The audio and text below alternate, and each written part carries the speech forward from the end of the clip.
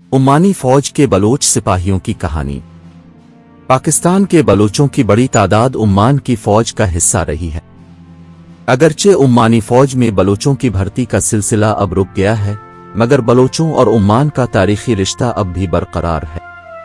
عمانی فوج سے ریٹائر ہو کر واپس پاکستان آنے والے بلوچوں کے لیے وہاں گزارے گئے لمحات زندگی کی بہترین یادیں ہیں۔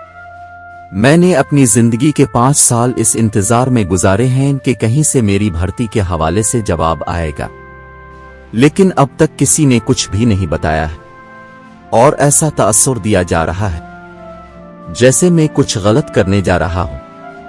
25 سالہ گہرام بلوچ کا یہ بیان عمانی فوج میں بھرتی ہونے کی خاطر لیے جانے والے انٹرویو کے حوالے سے ہے۔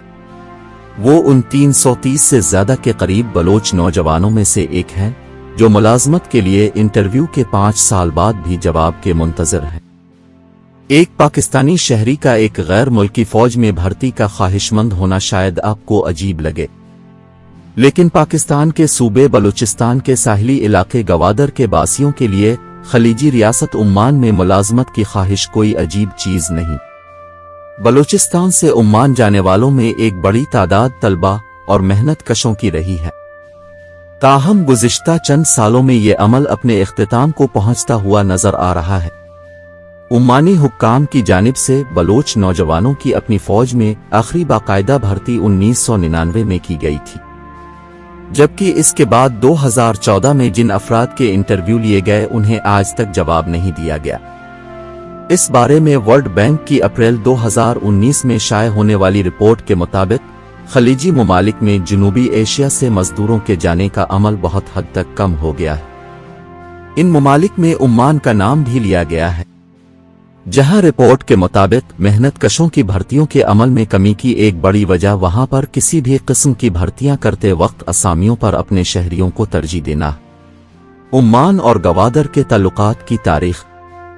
بلوچستان اور سلطنت عمان کے تعلقات خاصے قدیم ہیں۔ ایک اندازے کے مطابق مکرانی بلوچ عمان کی آبادی کا 25% حصہ ہیں اور انہیں وہاں البلوشی پکارا جاتا ہے۔ پاکستان اور عمان کے درمیان معاہدے میں طے پایا تھا کہ بلوچ شہریوں کو عمان فوج میں بھرتی کیا جائے گا۔ سن 1908 میں شائع ہونے والی کتاب gazetteer of Persian Gulf, Oman and Central Arabia عرب اور خلیج فارس میں کام کرنے والے برطانوی سفارتکاروں کے لیے علاقے کے بارے میں معلومات کے حوالے سے اہم حیثیت رکھتی تھی۔ اس کے مصنف جان لاریمر کے مطابق 18ویں صدی میں خان آف قلات نوری نصیر خان کے دور میں عمان کے ایک شہزادے باہوٹ بن کر یعنی پناہ کی تلاش میں ان کے پاس آئے تھے۔ شہزادے نے اپنی سلطنت واپس حاصل کرنے کے لیے بلوچستان سے مدد کی استدعا کی تھی، لیکن نوری نصیر خان اس معاملے میں مداخلت نہیں کرنا چاہتے تھے۔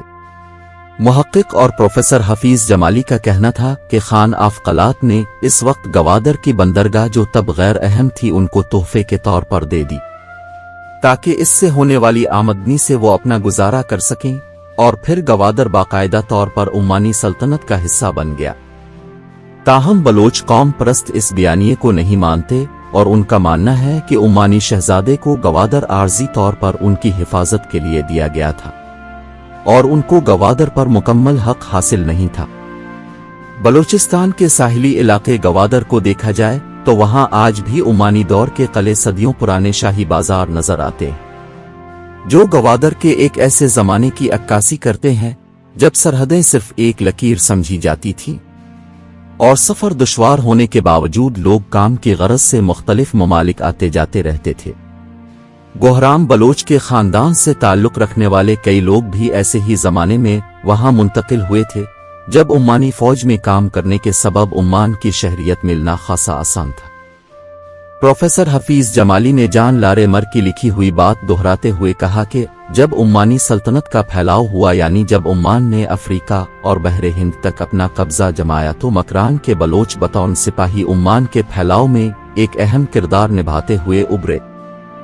جب 1947 میں تقسیم بے صغیر کے بعد انڈیا اور پاکستان 2 آزاد ملک بنے تو حکومت پاکستان نے سلطنت عمان سے گوادر کو اپنی سرزمین سے نزدیک ہونے کی بنیاد پر خریدنے کی بات کی۔